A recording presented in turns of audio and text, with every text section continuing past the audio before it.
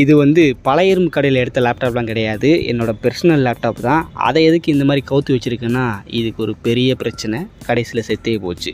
அதான் எனக்கு ஒன்றும் புரியலை. நம்ம யூடியூப் சேனல் ஆரம்பித்து கிட்டத்தட்ட ஒரு 5 வருஷம் ஆகும். யூடியூப் சேனல் ஆரம்பித்த 3ஆவது வருஷத்தில் பார்த்திங்கன்னா மானிட்டேஷன் எனபிள் ஆகி ஒரு நல்ல இன்கம் கிடச்சிது. அந்த இன்கமில் தான் பார்த்திங்கன்னா இந்த லேப்டாப்பை வாங்கினேன். இது நிறைய பேர் பார்த்துருப்பீங்க ஹெச்பியில் இந்த மாடல் லேப்டாப்பை. ஸோ 2019 நினைக்கிறேன், 2020 சம்திங் அப்போ கிட்ட வந்து இந்த லேப்டாப் வந்து மார்க்கெட்டுக்கு வந்துச்சு. அப்போ ஹை ப்ரைஸ் 40 ரூபா 45 ரூபா போட்டிருந்தாங்க, 45,000 கிட்ட. ஸோ வாங்கியிருந்தேன்னா ஒரு 3 வருஷத்துக்கு நல்லா தாங்க உழைச்சிது. அதுக்கப்புறம் பார்த்திங்கன்னா பேட்ரி போயிடுச்சு. பேட்டரியில் வந்து சார்ஜ் ஏறவே ஏறாது, 0% நிற்கும். சரின்ட்டு நானும் கழட்டி போட்டு என்ன இதுன்ட்டு சரி பார்த்து போட்டால் அப்போயும் அப்படி தான் நிற்கிது, 0% நிற்கிது. சார்ஜ் போட்டால் மட்டும் தான் நம்மளால் லேப்டாப்பை யூஸ் பண்ண முடியும் அப்படின்னு ஆயிடுச்சு. சரி கடையில் போய் கேட்டால் அவன் 7,000 வாங்கான். அதனால் என்ன பண்ணேன், ஒரு வருஷம் அப்படியே சார்ஜ் போட்ட மாதிரியே ஓட்டினேன். அதுக்கப்புறம் அடுத்தடுத்து நிறைய பிரச்சனைகள் வந்துருச்சு. வெறியாகி என்ன பண்ணேன்னா இந்த பேட்டரி எப்படி சரி பண்ணி ஆகணும்னு சொல்லிட்டு உள்ளே கழட்டி பார்த்தேன்னா அதில் ஒரு இஷ்யூ. 3 பேட்டரி கொடுத்துருக்காங்க. இந்த ஒரு பேட்டரி இருக்கா, நான் வந்து நோக்கியா பேட்டரி செட் பண்ணி வச்சுருக்கிறேன். இந்த நோக்கியா பேட்டரி போலவே இதே சேம் அந்த வோல்டேஜு வாட்டு இது எல்லாமே சேம் தான். அதே போல் 3 பேட்டரி கொடுத்துருந்தா இந்த இடத்துல இருந்த பழைய பேட்டரியில் பார்த்தீங்கன்னா புகஞ்சிருந்துச்சி, ஒரு மாதிரி ஓட்டை விழுந்துருங்க. நல்ல வேலை அதை கண்டுபிடிச்சி கழட்டி தூக்கி போட்டேன், இல்லைனா லேப்டாப்பை புகஞ்சிருக்கும். அப்போவே இந்த பேட்டரியெல்லாம் வெடிக்குன்னு சொல்லுவாங்களே, அந்த மாதிரி ஏதாச்சும் வெடிச்சிருக்கும். சரின்ட்டு அதை தூக்கி போட்டு ஒரு நோக்கியா பேட்டரியை போட்டு விட்டேன். அதுக்கப்புறமும் ஆன் பண்ணி பார்த்தா அதே பிரச்சனை தான், 0% சார்ஜ் நிற்கிது, ஏற மாட்டேங்குது.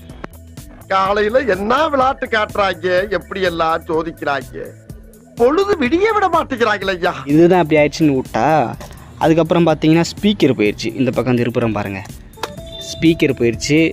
அதுக்கப்புறம் வந்துட்டு கேமரா இல்லை, இங்கே பாருங்கள் கேமரா செத்து போச்சு. அப்புறம் டிஸ்பிளே வந்து கொஞ்சம் பிளராக ஆரம்பிச்சிருச்சு. என்னடா இது அடுத்தடுத்து பிரச்சனை வந்துக்கிட்டே இருக்குது. இன்றைக்கி இதை கலட்டி ஒரு வழி பார்த்துருவோம் அப்படின்னு சொல்லிட்டு எல்லாத்தையும் கழட்டி துடைக்க ஆரம்பித்தேன். ஃபஸ்ட்டு இது மதர் போர்டில் பார்த்தீங்கன்னா எல்லா காம்பனண்ட்டையும் கழட்டி துடைச்சிட்டேன், ஃபேனை எல்லாம் துடைச்சிட்டேன். ஹார்ட் டிஸ்கெல்லாம் சேஃபாக போட்டிருக்கேன் பாருங்கள். இதெல்லாம் ஹார்ட் டிஸ்க்கு ரேம் எல்லாம் ரொம்ப முக்கியமான காம்பனண்ட்ஸு. லேப்டாப் சேர்த்து போனாலும் இந்த பார்ட்ஸை மட்டும் நம்ம வேறு லேப்டாப் போட்டு நம்ம டேட்டாலாம் எடுத்துக்கலாம், யூஸ் பண்ணிடலாம் அந்த மாதிரி. ஸோ அதனால் ரொம்ப போட்டேன். ஆனால் டிஸ்பிளே மட்டும் கழட்டும் போது என்ன பண்ணேன்னு தெரியலங்க. நான் சேஃபாக தான் கழட்டினேன். பாருங்கள் வரமாட்டேங்குது. இந்த மாதிரி சேஃபாக தான் கழட்டினேன். பட் கடைசியில் என்னாச்சுன்னு தெரில, இந்த டிஸ்பிளே வந்து ஆனே ஆகலைங்க. நானும் என்னென்னமோ ட்ரை பண்ணி பார்க்குறேன், டிஸ்பிளே ஆன் ஆகலை. அதுக்கு முன்னாடியாச்சும் ஏதோ கொஞ்சம் லைட்டாக ஆடிக்கிட்டு பிளராக தெரிஞ்சிட்டு இருந்துச்சு. நான் இதை கழட்டி துடைக்கிறேன் அப்படின்னு சொல்லிட்டு வேலையை பார்த்து விட்டு கடைசி ஒர்க்கே ஆகாமல் போச்சு. வேற ஞாபகப்படுத்திட்டீங்க, நெஞ்சமெல்லாம் பொண்ணா இருக்கு தம்பி. இந்த பேட்டரியை கழட்டுறோம் பாருங்கள், வினோதமாக இருக்கும். கீழே வந்து நட்டு கொடுத்துருப்பானுங்க. ஆக்சுவலி இப்போ வர நிறைய லேப்டாப்புக்கு இந்த மாதிரி தான் இன்ஃபில்டாகவே உள்ள என்ன இன்னைக்கு ரொம்ப ஜாம் ஆகுது உள்ள பேட்டரி கொடுத்துருக்காங்க. இது அப்படியே கலெக்டர்னு வச்சுக்கோங்களேன், இதாக இப்படி தான் இருக்கும் பார்த்தீங்களா. இந்த 2 பேட்டரி வந்து அது கூடவே இருந்தது. இது வந்து நான் தனியாக போட்டது. ஸோ மொபைலுக்குள்ள இருக்கிற பேட்டரி போல தான் இருந்துச்சு. இது வந்து இதுக்கு முன்னாடி இருந்தது. ஸோ ஸ்டார்டிங்கில் இப்படி தான் இருந்துச்சு. மேலே வந்து கவர் போட்டிருப்பாங்க. இது பேட்ரி டேமேஜ் ஆனது தெரியாமல் நான் ஒரு வருஷமும் ஓட்டிக்கிட்டு இருந்தேன். சார்ஜ் போடும்போது பேட்ரி பர்சன்டேஜ் 0% காட்டும். என்ன தான் முக்கி 3 மணி நேரம் சார்ஜ் போட்டாலும் சார்ஜ் ஏறாது. இதுக்கு என்ன பிரச்சனைன்னு தெரில. ஹெச்பி லேப்டாப் யூசர்ஸ் நிறைய பேர் இந்த இஷ்யூவை ஃபேஸ் பண்ணிக்கிட்டு இருக்காங்க. சரி அதுக்கப்புறம் தான் 1 இயர் கழித்து இதுக்கு மேலே இதை சும்மா விடக்கூடாது, நம்மக்கிட்ட தான் மல்டிமீட்ரு எல்லாமே இருக்குது, எல்லா ஸ்கில்ஸும் கற்றுக்கிட்டு இருக்கோம் இப்போது. ஸோ ஓப்பன் பண்ணி பார்ப்போமே அப்படின்னு சொல்லிட்டு கழட்டி பார்த்தா இங்கே பார்த்தீங்களா சின்ன ஓட்டம் மாதிரி இருக்கா. இது வந்து ஆக்சுவலி ஏதோ ஸ்பார்க் ஏற்பட்டு உள்ளே புகஞ்சு இப்படி ஒரு பேப்பர் தரல கங்கு விழுந்து எப்படி இருக்கும் அதே போல் தான். ஸோ நல்ல வேலை பெரிய அசம்பாவிதம் எதுவும் ஏற்படலை. நான் பாட்டுக்கு இது தெரியாமல் நான் சார்ஜ் போட்டு யூஸ் பண்ணிட்டு தான் வச்சுக்கோங்க. இது வந்து ஊதி அதுக்கப்புறம் லேப்டாப்பே புகையிறதுக்கு வாய்ப்பு இருக்குது. இந்த கண்ணும் கொள்ளையடித்தால் படத்தில் ஏற்படும் பார்த்தீங்களா, லேப்டாப் அப்படியே புகையும், அந்த மாதிரி சம்பவமாக இருக்கும். சரின்ட்டு நான் ஒரு டெஸ்டிங் பர்பஸ்க்காக தான் இந்த பேட்டரியை ரிமூவ் பண்ணிவிட்டு நானாக ஒரு நோக்கியா பேட்டரியை போட்டு சார்ஜ் கொஞ்ச நேரம் போட்டு பார்த்தேன் மாட்டி விட்டு. ஆனால் அப்பையும் வந்து ஒர்க் ஆக மாட்டேங்குங்க. இந்த பிரச்சனை வந்து எனக்கு மட்டும் கிடையாது, ஹெச்பி யூசர்ஸ் நிறைய பேர் ஃபேஸ் பண்ணிகிட்டு இருக்காங்க. நான் போயிட்டு கூகுளில் போட்டேன், இந்த மாதிரி நம்ம ஹெச்பி லேப்டாப்பில் சார்ஜ் போடும்போது சார்ஜ் பெர்சன்டேஜ் வந்து 0% நிற்கிது, ஏற மாட்டேங்குது, சார்ஜ் போட்டால் தான் லேப்டாப் ஆன் ஆகுது, லேப்டாப் தான் யூஸ் பண்ண முடியுது அப்படின்னு போட்டிருந்தேன்னா அதுக்கு நிறைய பேர் ஆமாப்பா எனக்கு இந்த இஷ்யூ இருக்குது, என்ன பண்ணுறதுன்னு தெரில அப்படின்னு சொல்லிட்டு கம்ப்ளைண்ட் பண்ணியிருக்காங்க. ஹெச்பி பார்த்தீங்கன்னா ப்ராப்பரான ரெஸ்பான்ஸ் தரல. அவங்க என்னென்னா பேட்டரியை மாற்ற சொல்கிறாங்க. ஏன்டா இது பேட்டரி ரேட்டை 7000 சொல்கிறான், ரிச் ஸ்ட்ரீட்டுக்கு போனால் நான் 2000 சொல்கிறேன், ஆனால் அதுவே பார்த்தீங்கன்னா பயங்கரமாக டூப்ளிகேட் பேட்டரியாக இருக்குது. இதெல்லாம் ஒரு பிரச்சனையாடா? அழக்கூடாதுடா, அழக்கூடாது. லேப்டாப்பில் எங்கேயுமே ஒயர் கனெக்ஷன் இருக்காது, எல்லாத்தையுமே இந்த ஸ்டிப் மூலமாக தான் கனெக்ட் பண்ணியிருப்பாங்க.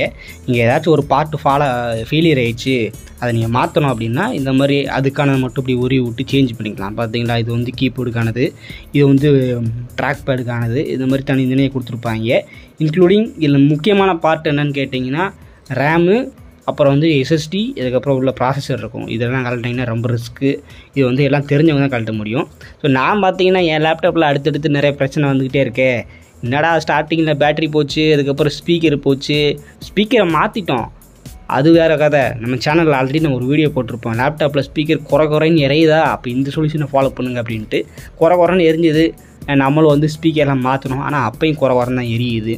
கேட்டால் வந்து தம்பி நீங்கள் போயிட்டு சாஃப்ட்வேர் அப்டேட் பண்ணணும், சாஃப்ட்வேர் இதை அப்டேட் பண்ணணும் அப்படிலாம் சொல்லிட்டு இருந்தாங்க. எதை அப்டேட் பண்ணாலும் நமக்கு ஒரு சொல்யூஷன் கிடைக்கல. இந்த லேப்டாப்புக்கு வந்து வாரண்ட்டி 3 வருஷம் தாங்க போட்டிருக்காங்க.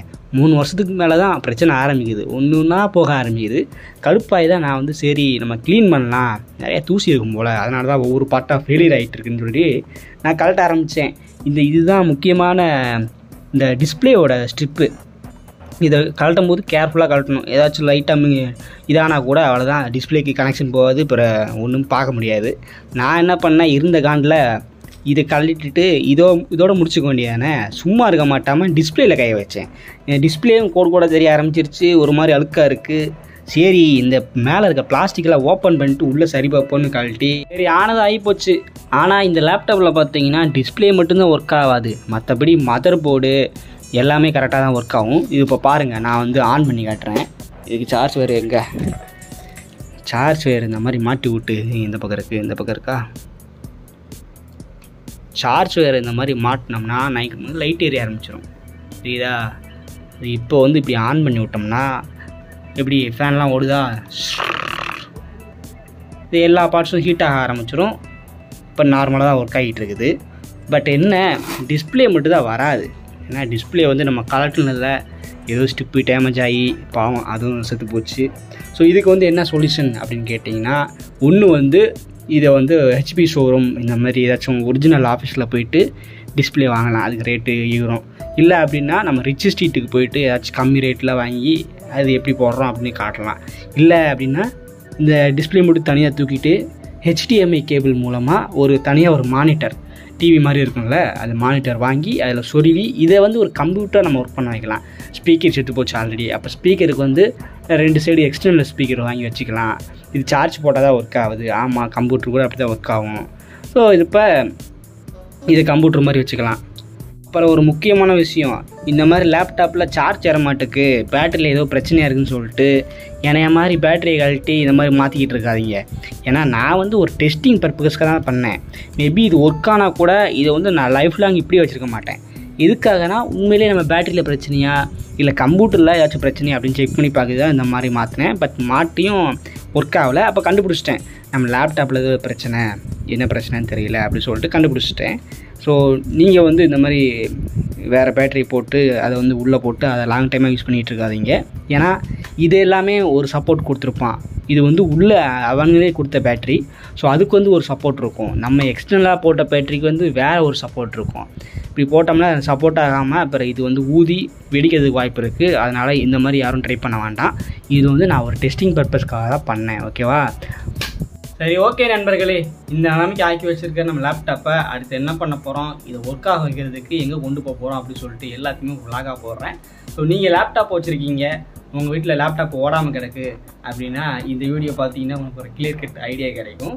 அண்டு இந்த லேப்டாப்புக்கு வந்துட்டு கடையில் ஏமாற்றி இந்த டூப்ளிகேட் டிஸ்பிளே தான் தருவாங்க. மேபி உங்ககிட்ட இந்த மாதிரி லேப்டாப் ஓடாமல் கிடக்கு, ஆனால் டிஸ்பிளேலாம் எனக்கு ஒர்க் ஆகும், ஆனால் மதர் போர்டில் ஏதோ பிரச்சனை ஓடாமல் கிடக்கு, இந்த லேப்டாப் சும்மா தான் கிடக்கு, யூஸ் பண்ண மாட்டேன் அப்படின்னா அதை வந்து நீங்கள் எனக்கு சென்ட் பண்ணலாம். நான் வந்து ஒரு பாதி ரேட்டுக்கு வாங்கிக்கிறேன். ஏன்னா இந்த மாதிரி ஹெச்பி லேப்டாப்பில் இருக்கிற டிஸ்பிளே வந்து எனக்கு தேவைப்படுது.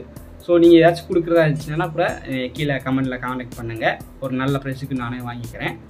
ஓகே, நம்ம அடுத்த வீடியோவில் என்ன பார்க்கலாம். தேங்க்ஸ் ஃபார் வாட்சிங்.